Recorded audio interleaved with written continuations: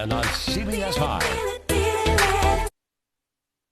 Did you get outside today in the garden doing yard work? This has been a stunning spring week in central New York. But some people who live in Syracuse say they actually dread this time of year. It brings nothing but trouble, they say. And this spring, their flooding frustration reached new heights. The problem is worse than ever before, they say, behind the Top supermarket off South Salina Street. When neighbors on Florence Avenue and Cordova Street couldn't get answers from City Hall, they called CBS 5's Brett Hall.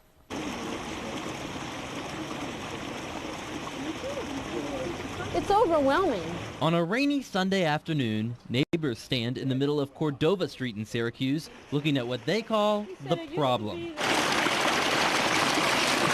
This stream runs through their neighborhood in Syracuse's valley section, but the pleasing sounds of rushing water and a nice view comes at a high price. It goes into my basement. Look where I've had to work on my foundation already.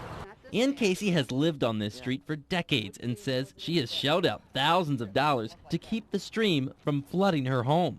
Take a look at her backyard. This is the worst. Casey calls her backyard the marsh because of the swamp-like conditions. She says they're caused by the stream. Neighbors in this valley neighborhood say it doesn't just affect Cordova Street, but it travels down the block, causing problems for the neighbors that live right here on Florence. It's causing a lot of damage to our homes. Diana Green says in 2014 she paid a contractor nearly $3,000 out of her own pocket to repair and waterproof her foundation. And now she says she fears her driveway is washing away. I can't every year spend several $1,000s for the same problem. When you have standing water right next to your foundation for 2 months, you can't do anything about it. But she says someone else needs to. The city should, maintain its infrastructure.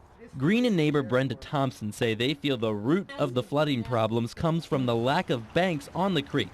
Our cameras captured water pouring over sandbags and onto various other properties. Neighbors tell me they want the city to take action. I've called the city many years in a row. They would tell me to call a different department, and that department would say, well, no, this isn't the right department, call this other department. I was told at that point that they were working on it. There was no effort to make any kind of immediate resolution to the fact that we have a stream that's flowing through our backyards. We've reached out to the city of Syracuse to find out if anything is being done to address the flooding issues. Since our inquiry began on May 2nd, we've been told city engineers are aware of the issue and have been communicating with the neighbors.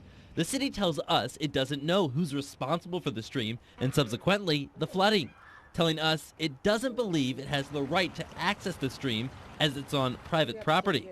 We went online to Onondaga County's website to try to figure out the ownership question.